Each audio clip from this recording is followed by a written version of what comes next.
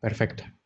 Bueno, entonces continuamos. Acabamos de ver el de asociación de costos y gastos con ingresos. ¿De este tienen alguna duda o comentario? Mm, No, profe. Perfecto. Siguiente, evaluación. Sobre este ya hemos más o menos dadole pues un acercamiento en clases anteriores y pues nos dice básicamente que las operaciones que registremos tenemos que pues de alguna manera cuantificarlas en términos monetarios. Esto es, independientemente de la moneda en la que se lleve a cabo o la divisa en la que se lleve a cabo la operación, si es que estamos trabajando con operaciones en dólares o en euros, que son como las monedas más comerciales, aunque actualmente pues ya va a entrar más el tema del yen, que es en China me parece. No estoy bien seguro, pero déjenlo checo. Entonces, el caso es de que son monedas que ya son muy fuertes y por lo tanto, pues la contabilidad nos dice que tenemos que reconocer, o mejor dicho, el postulado es el yuan, perdón, es la moneda china, el yuan. Entonces, ¿qué nos dice la contabilidad? Pues tiene que cuantificarse en términos monetarios. Propiamente, el postulado nos dice que los efectos financieros derivados de las transacciones, transformaciones internas y otros eventos, a partir de ahora, eh, les digo, va a ser muy común encontrar todo este tipo de expresión, ¿no? Transacciones, transformaciones internas y otros eventos en casi todas las situaciones. Entonces dice que afectan económicamente a una entidad, pues tienen que cuantificarse en términos monetarios. Obviamente, ¿qué atributos vamos a considerar para evaluar esta operación, esta partida contable? Pues de entrada, pues podemos considerar, no sé, documentos que le den origen, como pueden ser las facturas, pedimentos legales, evaluaciones de peritos expertos o cualquier otro documento que nos sirva de base para tomar en cuenta el valor de un bien, ya sea mueble o inmueble. Les digo, la forma más rápida o más fácil pues sería la factura. Entonces, sin embargo, podemos considerar otro tipo de elementos que nos pueden dar pauta para pues, considerar el valor, perdón, de un bien. Entonces, ¿qué nos dice la NIF? Pues bueno, tenemos que cuantificarlos. Y para ello, pues debemos reconocer la moneda de curso legal, que pues en México pues es el peso mexicano o el, el nuevo peso. Y pues saber que en operaciones de moneda extranjera pues tenemos que atender a lo que dice el Diario Oficial de la Federación, que es como el documento o de manera pues oficial, como su nombre lo dice, que tenemos que reconocer. Y entre otras cosas, dentro de las cosas que se publican ahí, pues está precisamente los tipos de cambio a los cuales se va a considerar para efectos fiscales. Y dentro de la naturaleza misma de esta operación, pues hay que reconocer que, que existirán dos momentos. Uno, el momento inicial, que es decir, cuando adquiramos este bien, este producto o este servicio, y el reconocimiento posterior. En términos de, o mejor dicho, para aterrizarlo, pues podemos considerar un ejemplo muy rápido, así, un terreno, pues generalmente lo adquirimos a un determinado valor. Este valor, pues con el paso del tiempo, es uno de los activos que en lugar de perderlo, aumenta. Entonces, si queremos evaluar nuevamente nuestra empresa, pues tendríamos que volver a tomar en cuenta ahora cuánto es que cuesta este terreno. Lo mismo sucede en activos que ahora pierdan, que su valor se demerita con el tiempo, ya sea por depreciación, por uso o por simplemente obsolescencia. Entonces, tenemos que reconocer que un vehículo no cuesta exactamente lo mismo al inicio de cuando se adquiere que cuando ha transcurrido un determinado periodo. Y lo mismo sucede con cualquier otro activo. Los equipos de cómputo, conforme van pasando el tiempo, pues se vuelven más y más obsoletos. Entonces, algo que costó 10,000 pesos o 20,000 pesos en cuanto a equipo de cómputo, lo más seguro es de que 2 años después su valor comercial pues tenga pues no sé, por la mitad quizás, o no sé, 3/4 partes del valor inicial. Entonces, este tipo de situaciones nos dice este postulado que tiene que considerarse pues para tener las cifras lo más apegado a la realidad posible. Y siguiente, dualidad económica, que se vendría siendo el número 7. La dualidad económica va muy ligada con un concepto que vimos en las primeras clases del que fue considerado, el que es el considerado padre de la contabilidad, que nos dice que a todo cargo corresponde un abono. Obviamente esta expresión se fue, digamos, mejorando, se fue normalizando y se llegó a la conclusión de que a todo recurso, a toda aplicación de recurso tiene un origen. Esa vendría siendo como de manera global esta norma que el padre de la contabilidad en algún momento nos propuso a través de su obra. Entonces, las normas de información financiera o las personas encargadas de su emisión definieron este postulado de la manera siguiente. La estructura financiera de una entidad económica está constituida por recursos de los que dispone para la consecución de sus fines, por un lado, y por otro lado, las fuentes para obtener dichos recursos, ya sean propias o ajenos. Si lo queremos aterrizar a algo un poquito más personal o algo un poco más, digamos, de la vida diaria, si queremos tomar ejemplo en la adquisición de una moto o de una computadora hoy en día con el tema de la pandemia, comprar una computadora lo podemos hacer con recursos de dos formas. Una, que hayamos ahorrado para comprarla, y dos, que pidamos un crédito para ello. Entonces, justo como nos lo dice este postulado, los recursos tienen un origen, pero antes de reconocer el origen, pues también tienen una aplicación. Por ejemplo, tenemos 10,000 pesos y con esos 10,000 pesos podemos comprar, como ya les digo, puede ser una moto, un escritorio, un equipo de cómputo. La pregunta es, ¿de dónde vienen esos 10,000 pesos? Si es derivado de ahorro, pues justo como su nombre lo dicen, es un recurso propio. Si no teníamos esos 10,000 o los tuvimos que pedir, pues la respuesta es muy clara, ¿no? La fuente vendría siendo un financiamiento, un préstamo de algún familiar o un crédito del banco. O, ¿por qué no? La tarjeta de crédito.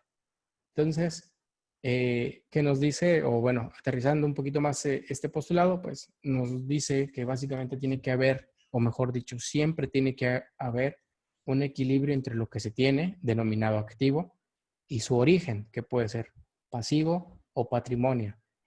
Y en algunos casos pues, le denominamos, en términos contables, pues le denominamos patrimonio, perdón, capital contable.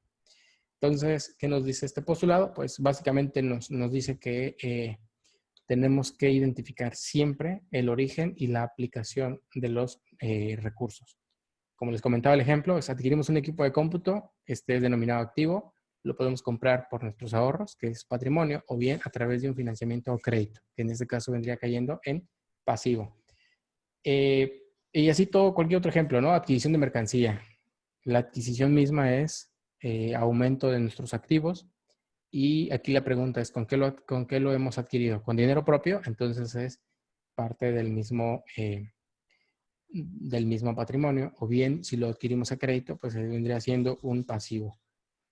Ahorita, mientras no veamos, digamos, números, pues puede ser un poquito complejo, pero tomemos en cuenta esta estructura financiera de la empresa, que vendría siendo de esta manera. Por un lado, del lado izquierdo tenemos todos los activos, es decir, todos los bienes y derechos que la empresa dispone para realizar sus actividades económicas.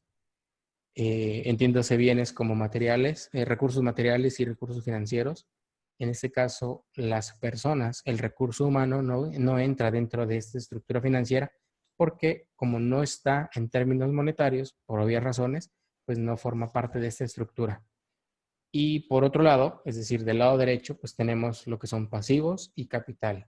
El pasivo, pues no es más que las deudas y obligaciones que representan una disminución futura, es decir, tarde o temprano tengo que pagarlos. Y capital, en términos, digamos, aritméticos, pues no es más que el valor residual entre tus activos y tus pasivos. En palabras más simples, vendría siendo el capital es lo que tengo menos lo que debo es lo que es mío, más o menos. En términos financieros o en términos de empresa es más o menos lo mismo. La empresa dispone de algo para llevar a cabo sus actividades, por un lado, y por el otro lado, pues la pregunta es de dónde adquirió esas cosas para hacer eso que necesita hacer para cumplir con sus objetivos. Pues, repito nuevamente, es o lo pidió prestado o proviene de la aportación de sus socios. Todos estos conceptos relacionados con activo, pasivo y capital lo vamos a ver más a detalle cuando lleguemos a la NIF A5. De momento es pura teoría todo esto y no es más que para irnos empapando realmente de toda esta situación, que eventualmente cuando mencionemos activos sepamos que son bienes, que sepamos que son derechos de la empresa. Que cuando mencionemos entidad económica sepamos que es el conjunto de bienes, o en este caso de recursos humanos, materiales y financieros. Y así sucesivamente, cada una de las situaciones podamos identificarlas conforme vayamos avanzando. Entonces, este vendría siendo el postulado de dualidad económica. El de consistencia, que ya vendría siendo el último, nos menciona que ante la existencia de operaciones similares, en una entidad debe corresponder el mismo tratamiento contable, el cual debe permanecer a través del tiempo en tanto no cambie la esencia económica de sus operaciones.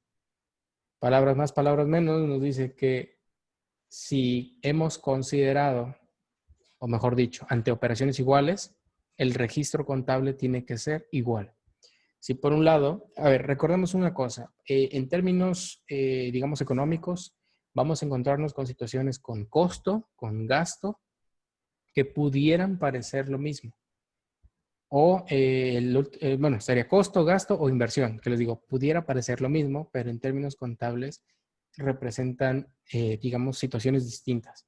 Por ejemplo, el costo, palabras más, palabras menos, más adelante lo vamos a ver, puede ser aquella erogación o aquel pago que tuviste que hacer para poder llevar a cabo la generación de un bien, de una mercancía, por ejemplo, ¿no? Propiamente podemos decir que es la parte inherente a un producto, a la elaboración de un producto. Rápido, el costo de un pastel pues vendría siendo la adquisición de harina, leche, huevos y demás. Ahora, un gasto no es más que una erogación o una disminución en tus ingresos por aquello que tienes que llevar a cabo para llevar a cabo tu actividad. Suena un poco redundante, pero es aquello que necesitas hacer, efectuar, pagar para poder operar. Por ejemplo, la luz. La luz o la renta de tu local tienes que pagarla, si no, no vas a poder vender eso que estés vendiendo o no vas a poder prestar ese servicio que estás prestando. Entonces, el gasto va directamente con aquellos rubros que necesitas hacer para poder llevar a cabo tu actividad. ¿De acuerdo? Y por último, inversión no es más que aquel capital o aquel dinero que destinas a un bien que te va a perdurar más allá de un periodo contable. Y ahora que lo recuerdo, de tarea les queda investigar qué es un periodo contable. ¿De acuerdo? Se encuentra ahí mismo en la NIF A2. Es como parte de la tarea. Déjenme lo anoto para recordarlo lo siguiente. Ok, entonces, ahí mismo tenemos identificado, ¿no? ¿Qué es costo, qué es gasto y qué es inversión?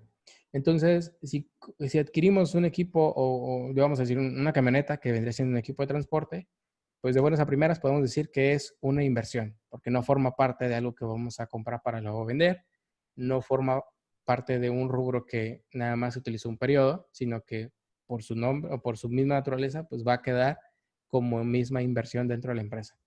Entonces, siguiendo el mismo ejemplo de consistencia, nos dice que, ok, has adquirido un bien, en este caso una inversión o un bien mueble, que en este caso es una camioneta, regístralo como consideres que debe ser tomando en cuenta la NIF. Más adelante vuelves a adquirir otra camioneta, entonces nos dice, ok, vuelve a considerar el mismo procedimiento que tuviste en cuenta cuando registraste la primera adquisición, que tiene la misma naturaleza. Es decir, no se vale que ahora por capricho o por, digamos, sí, básicamente por capricho, ahora digas, no, pues esta vez en lugar de inversión lo voy a considerar gasto. aunado a que un gasto en términos de impuestos, otra vez, pues representa una disminución más agresiva en cuanto a los ingresos y por lo tanto pagas menos impuestos. Entonces, como les decía en un principio, reconocer o tener en cuenta todas estos postulados nos va a permitir eventualmente caer en situaciones, en términos fiscales le llamamos discrepancia, pero no es más que caer en situaciones donde la autoridad se pregunte, ¿y aquí qué pasó, no? Que tengamos que estarle explicando. Va a haber situaciones muy, digamos, particulares que sí, que amerite una explicación, pero va a haber otras donde la explicación se da con motivos de que en un principio la misma empresa no hizo bien las cosas o no registró o reconoció bien las operaciones contables y financieras, obviamente, y por ende la autoridad pues se cuestiona y dice, a ver, necesito saber o necesito comprobar que me estés pagando realmente los impuestos. Entonces, pues con esto hemos dado terminado, digamos, lo que es la NIF A2. Si tienen algún comentario. Profe, pero, por ejemplo, lo más correcto, o bueno, por supuesto nos está enseñando lo correcto y lo ideal, pero para un comerciante es conveniente pagar menos impuestos, ¿no? Lo digo porque pues declaramos y pues sé un poquito y mi papá siempre es como que, no, o sea, los tickets de la gasolina y lo que usted nos estaba explicando al principio. Entonces, discúlpeme, es que pasó Sí, una moto. no te preocupes. Entonces, pues sí entiendo, pero por ejemplo, usted dice que después vamos a tener problemas y eso con las autoridades, pero igual las autoridades, lo que nos cobran como impuestos, no todos están haciendo lo correcto, ¿me entiende? Como que no están utilizando nuestros impuestos ellos para lo correcto, porque, bueno, ok. Sí, ya sé por dónde va tu planteamiento. Mira, es cierto, si bien es cierto que nadie, en esta vida nadie es como que tenga el gusto de ir a pagar impuestos o de contribuir por todo lo que hemos visto, ¿no? Todo el manejo de recursos ya a nivel de gobierno, hemos visto cómo se despilfarran en todos los rubros, tanto federal, estatal y municipal. Hemos visto en algunos casos cómo se despilfarra. Sin embargo, también es cierto que por un lado está comprobado que digamos, una sociedad sólida es aquella que paga más impuestos o que paga los que debe, ¿de acuerdo? Entonces, en cierta medida, observar lo que las autoridades nos dicen en términos de impuestos hace que el ciudadano sea más responsable. Pagar lo menos posible atendiéndose a trampas es donde yo digo que está mal y donde todo el mundo digamos, en este ambiente dice, no, es que eso no lo debes hacer. En todos los escenarios, pagar impuestos, o mejor dicho, pagar menos impuestos es posible. Es decir, si yo le digo al empresario, vas a pagar 1,000 pesos y él me dice es mucho y lo hago pagar 100, eso es posible. Podemos ahí hacer algunas cosas de tal forma que pague menos. ¿Se puede? Sí. ¿Se puede incluso sustentar? Sí, también. ¿Por qué? Porque el empresario va a buscar, como lo acabas de comentar, va a buscar facturas y las va a meter. Pero si atendemos a la naturaleza del negocio otra vez, es decir, de nada me sirve a mí como empresario saber que mi negocio no está ganando, ¿sí? Esto probablemente, bueno, es muy probable que no lo alcancemos a ver, pero les voy a recomendar un podcast, se lo voy a hacer llegar por el grupo, donde hace mención precisamente a que un negocio, para que te sea realmente negocio, tienes que observarlo después de pagar impuestos. Es decir, tú vendes 1,000 pesos, ¿no? Gastas en esos 1,700 pesos. Aparentemente uno dice, pues me gané 300, ¿no? En términos, digamos, cuantitativos, podríamos decir, pues sí, es negocio, vuélvelo a hacer. Pero algo que debemos observar todos, sin excepciones, generé 1,000 pesos, gasté o tuve que desembolsar 700. Y de esos 300 que me quedan como utilidad, ¿cuánto pago de impuestos? Rápidamente podríamos decir que a lo mejor se pagan 100 pesos, ¿no? Entonces serían 1,000 menos 700 menos 100 de impuestos. ¿Cuánto nos queda? 200. Y ahí, a partir de esta cantidad, de estos 200, tienes que considerar si a eso que te estás dedicando realmente te conviene. Otra vez, esto es realmente algo que también incluso tiene que ver más con el profesionalismo de la persona, con la calidad moral y demás. Y obviamente observando el tema de que si no lo haces de esta manera, pues hay repercusiones, como ya les digo, la autoridad viene y te multa. Si hasta este punto la gente ha venido, digamos, ocultando, maquillando o haciendo todo lo posible para pagar lo menos posible y la autoridad no se ha dado cuenta, pues realmente ha corrido con suerte, ¿sí? Porque eventualmente este tipo de situaciones salen a la luz y eventualmente la autoridad viene y se cobra. Entonces, recomendación rápida es, sí, trata de pagar lo menos que se pueda, pero atendiendo a lo que te dice ya la ley. La ley te permite ciertas cosas, bueno, aprovecha todas esas cosas, todos esos rubros que la ley te permite, entonces aprovechalos. De lo contrario, lo único que estás haciendo es, pues dándole tú mismo o tú misma, en este caso, pues carpetazo, como decimos coloquialmente, estamos dándole finalización a un negocio que puede perdurar. Nada más como recordatorio, es tan importante el tema de pagar impuestos que estuve leyéndolo otra vez, que Al Capone, no sé si han escuchado ustedes de él, que era un mafioso de Estados Unidos, él lideraba realmente o tenía mucho poder a nivel de la mafia y resulta que su error o a través del por qué lo agarraron fue porque no pagaba impuestos. Entonces, es tan serio el tema de pagar o no pagar correctamente los impuestos que incluso los mafiosos llegan a caer en ese tipo de situaciones. O sea, no hay quien se libre, pues, para acabar pronto. Entonces, ¿qué nos corresponde? Es simplemente pues observar qué es lo que dice, qué es lo que podemos aprovechar para pagar lo que corresponda. Y en términos de dinero, en términos financieros, pues obedecer a lo que la normatividad nos dice, de tal forma que sepamos o reconozcamos de manera correcta que lo que estamos haciendo realmente genera una utilidad o no.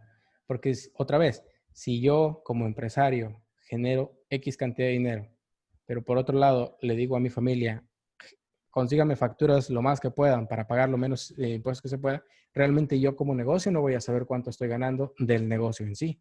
No sé si más o menos me estoy dando a explicar. Necesito reconocer si realmente a lo que le estoy dedicando mi tiempo vale la pena o no.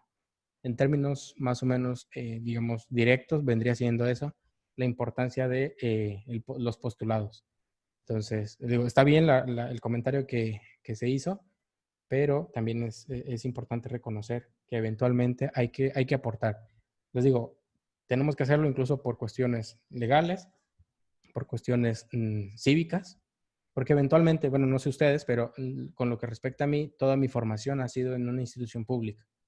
Entonces, digo, salvo el kinder, creo que estuve en un colegio, pero fuera de esto, en toda la primaria, secundaria, bueno, prepa, estuve ahí en la Chávez. Y la universidad fue, digamos, en cierta medida, todo esto ha sido subsidiado por pues el gobierno. Si bien es cierto que ha habido malos manejos en ese tipo de recursos, lo cierto es que si no hubiese habido alguien que hubiera pagado impuestos, la educación no hubiese llegado a mí y probablemente no hubiese llegado a la mayoría de ustedes. Entonces, en cierta manera, aunque funciona o medio funciona la estructura, digamos, de gobierno que tenemos, lo cierto es de que el no pagar nos hace más daño como sociedad y también nos hace más daño eventualmente por el tema de las multas y demás que estar cumpliendo. Entonces, hay que verlo de esa manera. Obviamente ya no nos corresponde a nosotros el decir, no, pues no voy a pagar porque veo que se lo están gastando mal, sino que eventualmente como sociedad tenemos que avanzar y eventualmente tenemos que pagar lo mejor que se pueda. Entonces, digo, no era tema de esta cuestión porque pues no es materia de impuestos aquí, en ese momento, sino que es más bien darle el reconocimiento que tenemos que observar en determinados momentos. Ok, entonces, ¿alguien más quiere aportar algo? No, creo que ya. Muy bien.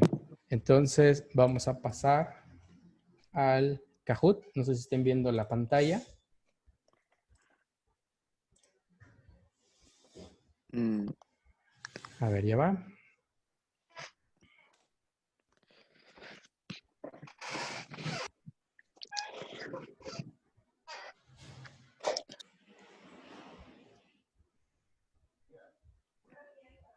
Sí, ven la pantalla. Ay, perdón. Disculpe. Falta Sí, ahorita el ya pi- va.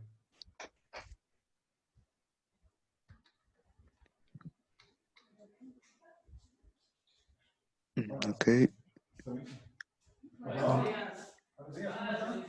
Ahora sí, ¿lo pueden ver? Sí, sí, sí. Ok, vamos a esperar a que entren.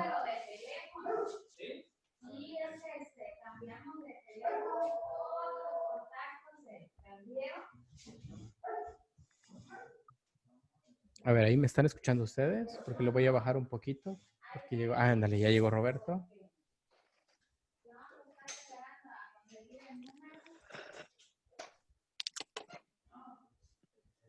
Muy bien. Nos haría falta Ángel.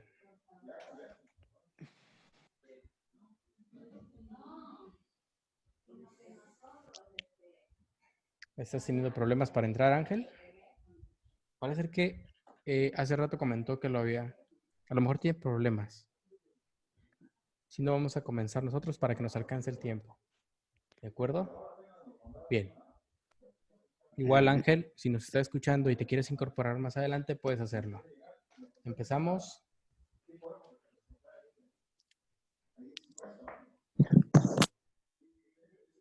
Número 1. ¿Cuántos postulados básicos contiene la NIF A8?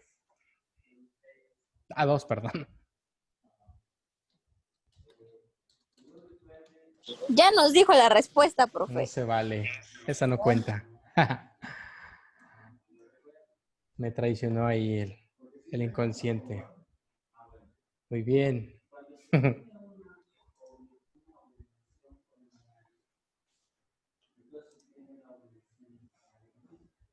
Ahí no sé si Roberto hayas tenido problemas para contestar.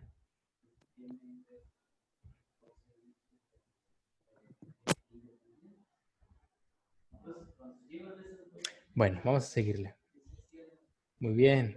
Ahora, una cuestión aquí. Aún y cuando las dos hayan contestado correctamente, obviamente le dan mayor puntaje a la persona que haya contestado antes. ¿De acuerdo? Por esa razón es que Litsi tiene 93 puntos de diferencia a diferencia de Yuri. Ok, siguiente. Postulado que capta la esencia económica en la delimitación y operación del sistema de información contable.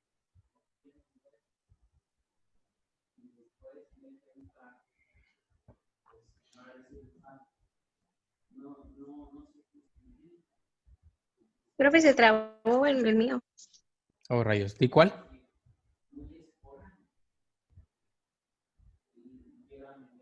Muy bien, sustancia económica. Negocio en marcha, recordemos, tiene que ver con el tiempo. Devengación contable es el reconocimiento de las operaciones. Y dualidad económica es sobre el origen y aplicación de recursos. Entonces, sustancia económica nos delimita en esencia la esencia económica y operación del sistema de información contable. Muy bien. Parece ser que Roberto alcanzó a contestar esta vez. ¿Los demás se les trabó igual?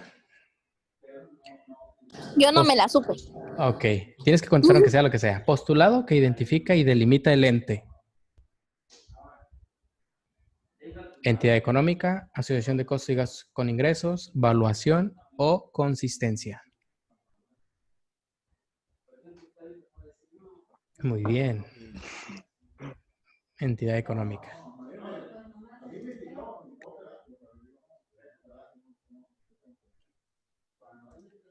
Siguiente. Postulado que asume la continuidad de la entidad económica.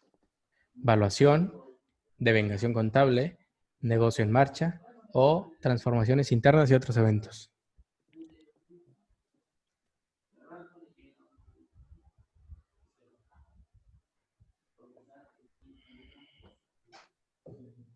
Muy bien, negocio en marcha, recordemos el tema de que asume que la empresa va a durar por un tiempo ilimitado. Siguiente. Número 5. Tomar en consideración los postulados básicos nos auxilia en Número 1, nos evita problemas con la autoridad al caer en simulación de actos. 2, nos complica la existencia de los registros contables. 3, nos sirven de guía para automatizar el proceso contable. Y 4, no nos genera ningún beneficio alguno. Muy bien, exacto. Como les comentaba, si bien es cierto que no hacerlos, pues no nos pasa nada, pero hacerlos nos evita que caigamos en problemas. Muy bien, Litsi. Mira, ya es poca la diferencia. Muy bien, muy bien. Siguiente. Este es de verdadero o falso. Los postulados básicos son de aplicación estricta y su falta de aplicación nos hace acreedores a multas. ¿Cierto o falso?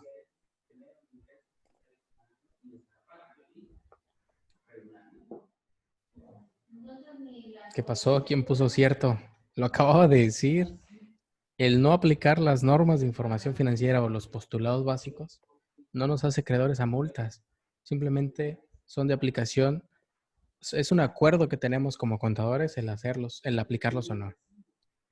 La ventaja que tenemos es que si las aplicamos, pues nos evitamos problemas con la autoridad, con la interpretación de estados financieros, con los patrones, etc. Entonces, la respuesta es falso, porque no son de aplicación estricta. Muy bien. Siguiente. Este es de completar. Los costos y gastos de una entidad en el mismo periodo, independientemente de, inciso A, deben cuantificarse en términos monetarios el valor del tipo de cambio. B, deben identificarse con el ingreso que generan, la fecha en que se realicen. C, deben ser registrados cuando se generen. Y por último, deben considerarse pasivos, se paguen o no.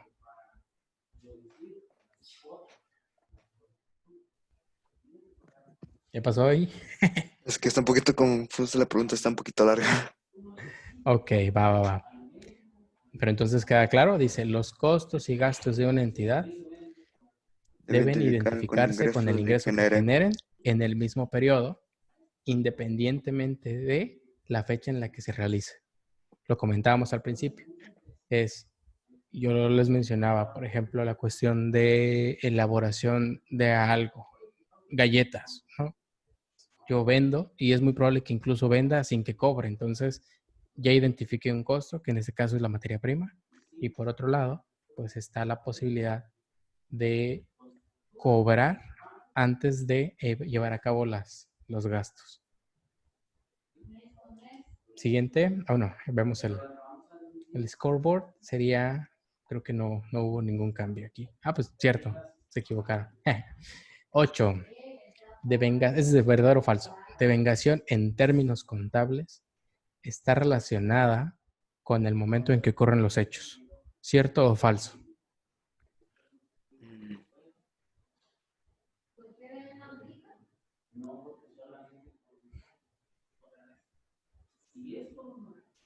Cierto. Devengar, recuerden que representa ese momento en el que están sucediendo las operaciones. Se realicen o no, es decir, se cobren o no, o en términos, digamos, financieros, se compensen o no. ¿De acuerdo? Entonces, es cierto. Siguiente. Son antecesores de los postulados básicos. Número 1. Principios contables de suma dialéctica. 2. Principios de contabilidad estandarizados. 3. Principios de contabilidad generalmente aceptados. Y 4. Reglamento interno de contabilidad.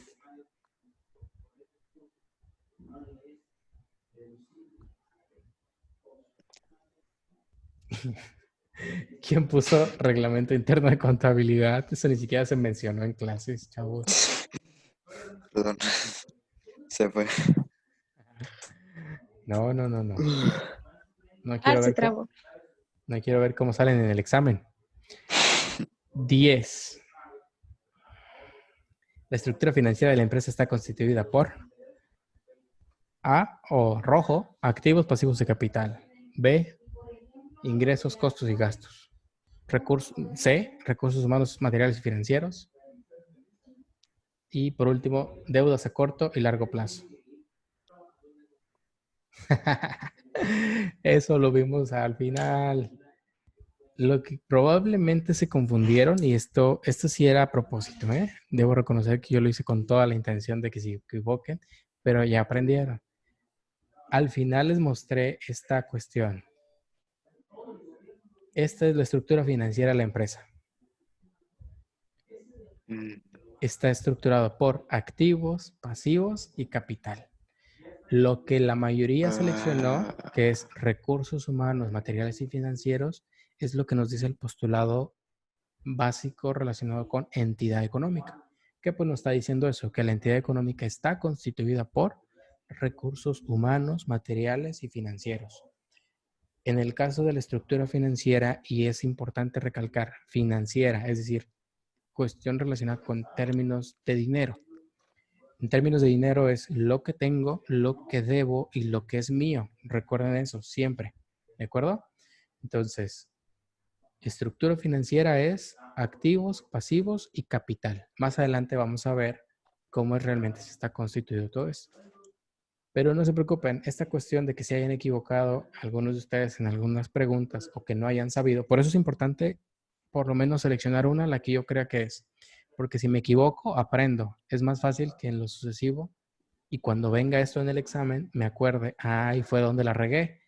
Porque la palabra clave aquí es estructura financiera y propiamente financiero. Lo que tenga que ver con dinero es exactamente la respuesta ahí a seleccionar.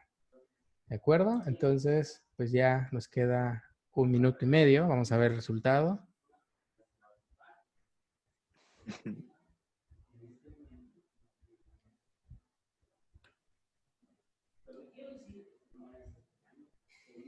Muy bien, Litsi. Entonces, y hasta eso. O sea, si hubiera sido un examen, sacaron un 6, un 5 y un 2 respectivamente. Yo saqué 6. Sí, 6 de 10. Apenas que aprobé. Fíjense que hay una cuestión, antes de que finalice y podamos dar por concluida la clase, en términos de calificación, desde mi perspectiva, un 8 es apenas aprobatorio, ¿eh? Así que, obviamente tiene la ventaja de que la escuela considera que un 6, pero vayámoslo tomando esta consideración. Recuerden que si aprueban con un 80% de conocimientos de un tema, es que pues tomaron o tienen la mayor parte del conocimiento. Digo, para que no sean conformistas y digan, ah, mira, saqué 7, pasé. Es una cantidad que pues no hay que considerar tan aprobatoria. Pero bueno, en términos, digamos, de parte de la escuela, pues adelante. Entonces, cualquier duda, me lo dejan saber. Que de hecho ya es tarde, perdón. Me lo hacen saber por el chat. Bueno, por el WhatsApp, ¿de acuerdo? Sí, profe, gracias. No, Bye. gracias.